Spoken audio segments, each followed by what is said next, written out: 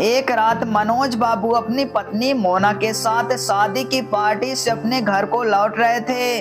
रात ज्यादा होने की वजह से कोई सवारी गाड़ी नहीं मिल रही थी।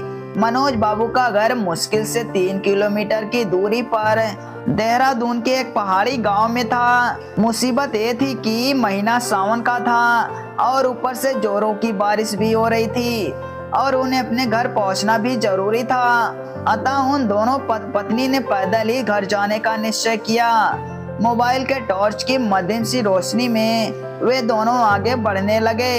वे अभी आधी दूर ही गए थे कि जोर से बिजली चमकी और बिजली की रोशनी में एक औरत का साया दिखा जो ठीक उनके सामने खड़ी थी। इस सुनसान सी सड़क पर रात के अंधेरे में अकेली औरत को देखकर उन्हें डर लगा और मन में तरह तरह के विचार आने लगे कि कहीं ये कोई, खैर जो भी हो देखा जाएगा।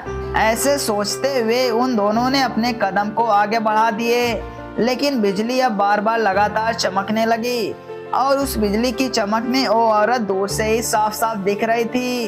वो औरत उन्हें रोकने का इशारा कर रही थी। उसे देखकर मनोज बाबू की पत्नी की तो हालत खराब हो गई थी, लेकिन मनोज बाबू को अब लगने लगा कि ये औरत शायद कोई मुसीबत में है। मनोज बाबू जब रुके तो वो औरत उनसे हाथ जोड़ते हुए बोली, भाई साहब मेरी मदद कीजिए।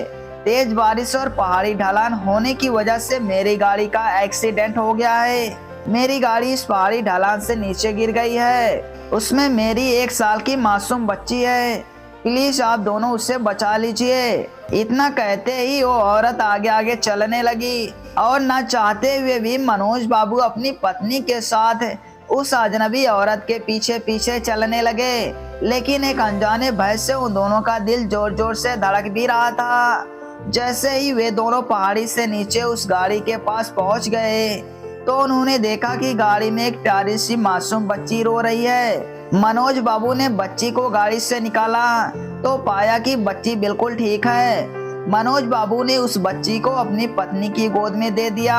फिर मनोज बाबू को लगा कि ड्राइवर की सीट पर भी कोई है। जब वो आगे जाकर देखे तो उनके होश उड़ गए, क्योंकि ड्राइवर की सीट पर वही औरत खून से लथपथ होकर मरी पड़ी थी। मनोज बाबू को अब सब कुछ समझ में आ गया था। वे दोनों पति पत्नी बच्चे को अपनी गोद में लेकर अपने घर की तरफ आगे बढ़ गए।